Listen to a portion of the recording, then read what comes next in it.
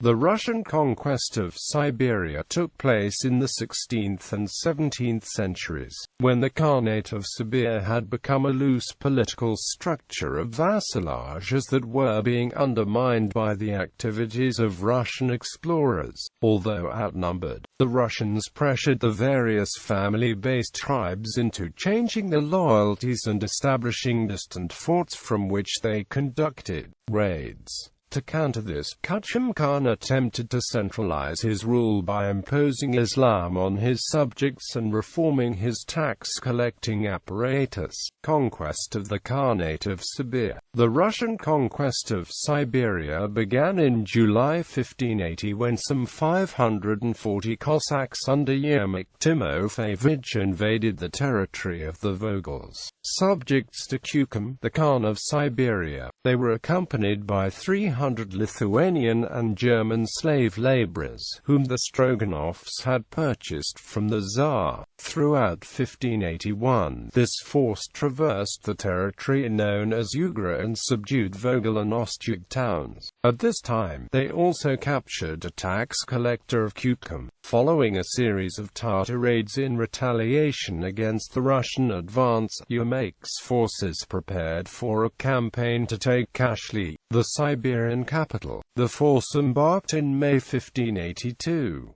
After a three-day battle on the banks of the river Irtysh, Yermak was victorious against a combined force of Kuchum Khan and 6 allied Tatar princes. On the 29th of June, the Cossack forces were attacked by the Tatars but again repelled them. Throughout September 1582, the Khan gathered his forces for a defense of Kashlyk. A horde of Siberian Tatars, Volgals and Ostyaks massed at Mount Kuvach to defend against invading Cossacks. On the 1st of October, a Cossack attempt to storm the Tatar fort at Mount Kuvach was held off. On the 23rd of October, the Cossacks attempted to storm the Tatar fort at Mount Kuvach for a fourth time when the Tatars counterattacked. More than 100 Cossacks were killed, but their gunfire forced a Tatar retreat and allowed the capture of 2 Tatar cannons. The forces of the Khan retreated, and Yermak entered Kashlyk on the 26th of October. Kuchum Khan retreated into the steppes and over the next few years regrouped his forces. He suddenly attacked Yermak on the 6th of August 1584 in the dead of night and defeated most of his army. The details are disputed, with Russian sources claiming Yermak was wounded and tried to escape by swimming across the Wagay River, which is a tributary of the Irtysh River, but drowned under the weight of his own chainmail. The remains of Yermak's forces under the command of Mashayuk retreated from Kashlyk, destroying the city as they left. In 1586 the Russians returned, and after subduing the Khanty and Mansi people through the use of their artillery, they established a fortress at Taman close to the ruins of Kashlyk. The Tatar tribes that were submissive to Kuchum Khan suffered from several attacks by the Russians between 1584 to 1595. However, Kuchum Khan would not be caught.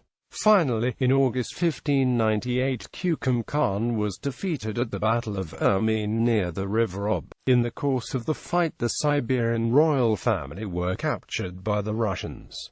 However, Kuchum Khan escaped yet again. The Russians took the family members of Kuchum Khan to Moscow and they remained as hostages. The descendants of the Khan's family became known as the Princes Sibirsky, and the family is known to have survived until at least the late 19th century. Despite his personal escape, the capture of his family ended the political and military activities of Kuchum Khan, and he retreated to the territories of the Nogai horde in southern Siberia. He had been in contact with the Tsar and had requested that a small region on the banks of the Irtysh River would be granted as his dominion. This was rejected by the Tsar, who proposed to Kuchum Khan that he come to Moscow and comfort himself in the service of the Tsar. However, the old Khan did not want to suffer from such contempt and preferred staying in his own lands to comforting himself in Moscow. Kuchum Khan then went to become Kara and his old man became blind, dying in exile with distant relatives sometime around 1605. Conquest and exploration. In order to subjugate the natives and collect jasik, a series of winter outposts and forts were built at the confluences of major rivers and streams and important portages. The first among these were Taman and Tobolsk, the former built in 1586 by Vasiliy Surikov and Ivan Myasnoy, and the latter the following year by Danilo Chalkov. Tobolsk would become the nerve center of the conquest. To the north, Beriozovo and Mongzaya were built to bring the Nenes under tribute, while to the east Surgut and Tara were established to protect Tobolsk and subdue the ruler of the Narimostiaks.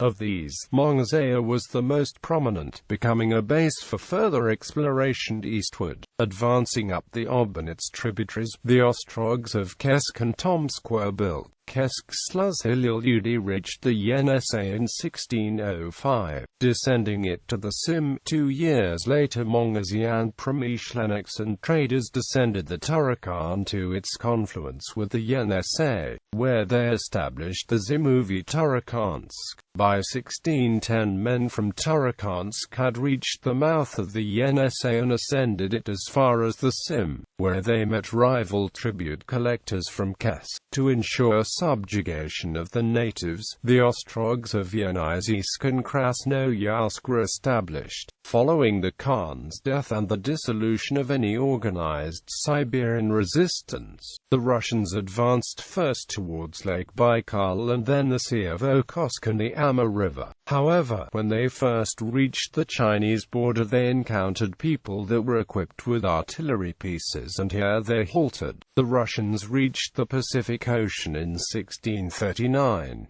After the conquest of the Siberian Khanate, the whole of northern Asia, an area much larger than the old Khanate, became known as Siberia, and by 1640 the eastern borders of Russia had expanded more than several million square kilometers. In a sense, the Khanate lived on in the subsidiary title Tsar of Siberia, which became part of the full imperial style of the Russian autocrats. The conquest of Siberia also resulted in the spread of diseases. Historian John F. Richards wrote, "It is doubtful that the total early modern Siberian population exceeded 300,000 persons. New diseases weakened and demoralized the indigenous peoples of Siberia. The worst of these was smallpox, because of its swift spread, the high death rates, and the permanent disfigurement of survivors." In the 1650s, it moved east of the Yenisei, where it carried away up to 80% of the Tungus and Yakut populations. In the 1690s, smallpox epidemics reduced Yukagia numbers by an estimated 44%. The disease moved rapidly from group to group across Siberia. Massacres of indigenous peoples upon arrival in an area occupied by a tribe of natives. The Cossacks entered into peace talks with a proposal to submit to the White Tsar and pay jasik, but these negotiations did not always lead to successful results. When their entreaties were rejected, the Cossacks elected to respond with force. At the hands of people like Vasiliy Surikov in 1645 and Yerofey Khabarov in 1650, some peoples like the Dor were slaughtered by the Russians. 8,000 out of a previously 20,000 strong population in Kamchatka remained after being subjected to half a century of Cossack slaughter. The Dors initially deserted the villages since they heard about the cruelty of the Russians the first time Khabarov came. The second time he came, the Dors decided to do battle against the Russians instead, but were slaughtered by Russian guns. In the 17th century, indigenous peoples of the Amur region were attacked by Russians who came to be known as Redbeards. The Russian Cossacks were named Luocha, after demons found in Buddhist mythology, by the Amur former natives because of the cruelty towards them, who were subjects of the Qing dynasty during the Sino-Russian border conflicts. In the 1640s, the Yakuts were subjected to slaughters during the Russian advance into the land near the Lena River, and on Kamchatka in the 1690s the Koyuk, Kamchadals, and Chachi were also subjected to slaughters by the Russians. When the Russians did not obtain the demanded amount of yasik from the natives, the governor of Yakutsk, Pyotr Golovin, who was a Cossack, used meat hooks to hang the native men. In the Lena Basin, 70% of the Yakut population died within 40 years, and rape and enslavement were used against native women and children in order to force the natives to pay the yasik. In Kamchatka, the Russians savagely crushed the Itelmen's uprisings against the rule in 1706, 1731, and 1741. The first time the Itelmen were armed with stone weapons and were badly unprepared and equipped, but they used gunpowder weapons the second time. The Russians faced tougher resistance when, from 1745 to 56, they tried to exterminate the gun and bow-equipped Kazakhs until the victory. The Russian Cossacks also faced fierce resistance and were forced to give up when trying unsuccessfully to wipe out the Chachi through genocide in 1729, 1730-1, and 1744-7.